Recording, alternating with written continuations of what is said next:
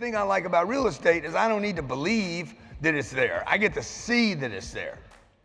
I don't need to believe that 95% is occupied. I can take the 100 units and somebody's going to show me 95 leases.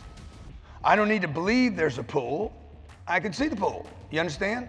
Now, with Wall Street, bond market, checking account, savings account, 401ks, IRAs, I got to believe. This is one of the biggest companies in the world.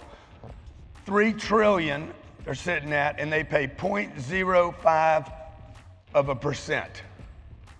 Half of 1%. So when you look at that, and it's a piece of paper, by the way, and that 0.5% is fully taxed to you. Fully taxed, which means if you're in a 50% tax bracket, that's 0.025. That's a quarter of 1%. It will take you 4 years to earn 1% on your money. It would take you 8 years to earn 2%. You get the math here? You got a problem if it's just a dividend you're trying to get. But of course, it's not just a dividend. You're trying to make money on this stock. In the case of the real estate, okay, let's say I put $1 million in Apple stock or $1 million in Bitcoin, whatever the case is. The target's $1 million. I have my last $1 million and I threw it in a deal. It's $1 million, it's 100 grand, it's 10,000. Pick whatever number you want. And I'm looking for a double. This has to go from 174 to 348 to hit a double. How many believe it'll do it at some point? Probably will. Now Bitcoin's at 50, what is it at? 47,000. So for me to double my money there, it's got to go to 94,000. Never been there ever. Probably will go there one day. If both of these get there within a year, I got to pay 50% taxes on that exchange. Everybody agree with that? Somewhere around 50%, 47 something. Okay. If you're in California, it's 63. I could take $1 million, me and a couple buddies. We could buy a $4 million piece of real estate. I'm already at an advantage over Apple and Bitcoin. Why? What's my advantage over those two?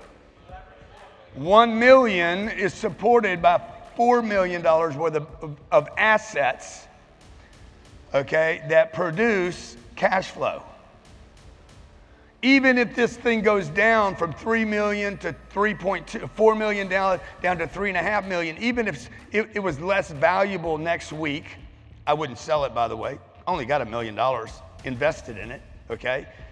I still get cash flow from that asset. You understand this asset can go down in value and the cash flow could actually go up. Okay, in 2010, assets didn't trade. They didn't trade at all. We talked about this in our VIP lunch yesterday. In 2008, 9, and 10, even 11, the assets would not move, but the cash flow kept getting better. So this $1 million buys $4 million. What do I need to sell this asset for, in order to double my money? That's all I got to do.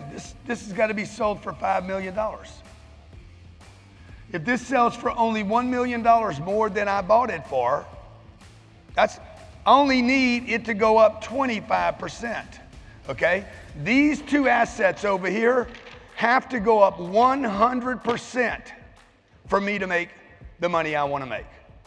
To get a double, I got to get 100%. To get a double in a real estate deal, I only need that real estate to go up 25%.